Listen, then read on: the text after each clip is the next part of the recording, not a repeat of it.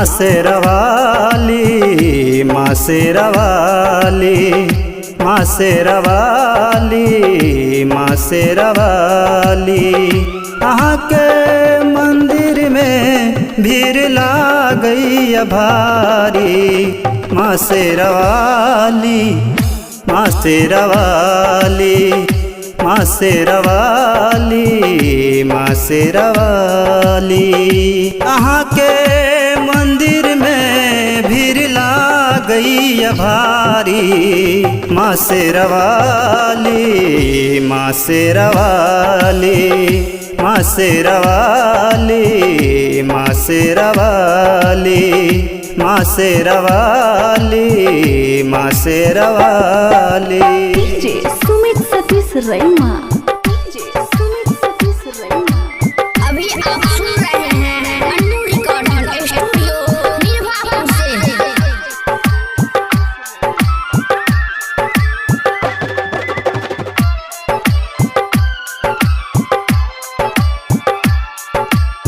अहाँ के मंदिर में भीड़ लागई भारी।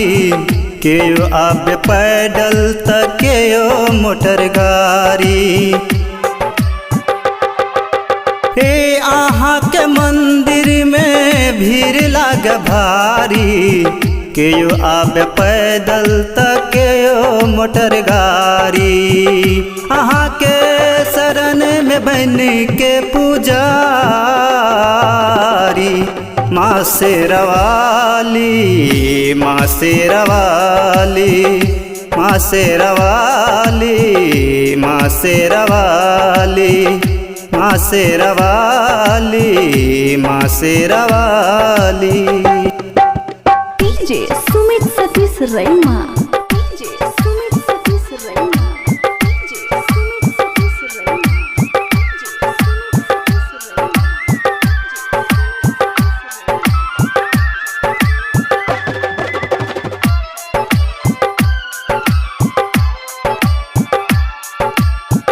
कोई नहीं छै माँ हमर सहारा। एक नजर खोल दियो भजत गुजारा। कोई नहीं छै माँ हमर सहारा। एक नजर खोल दियो भजत गुजारा। कनी सुनियो न हमरे लाचारी। माँ शेरावाली, माँ शेरावाली, माँ शेरावाली, माँ शेरावाली, माँ शेरावाली, माँ शेरावाली। DJ Sumit Satish रैमा, DJ Sumit Satish. अभी आप सुन रहे हैं अन्नू रिकॉर्डिंग स्टूडियो निर्वापुर से।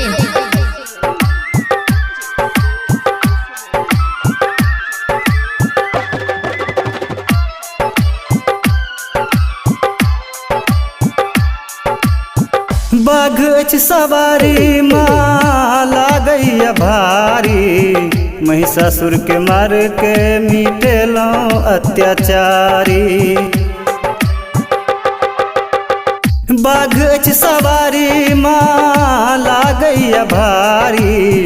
महिषासुर के मार के मिटेलो अत्याचारी। अहाँ के शरण में प्रमोद बनल पुजारी। माँ शेरावाली, माँ शेरावाली, माँ शेरावाली, माँ शेरावाली, माँ शेरावाली, माँ शेरावाली।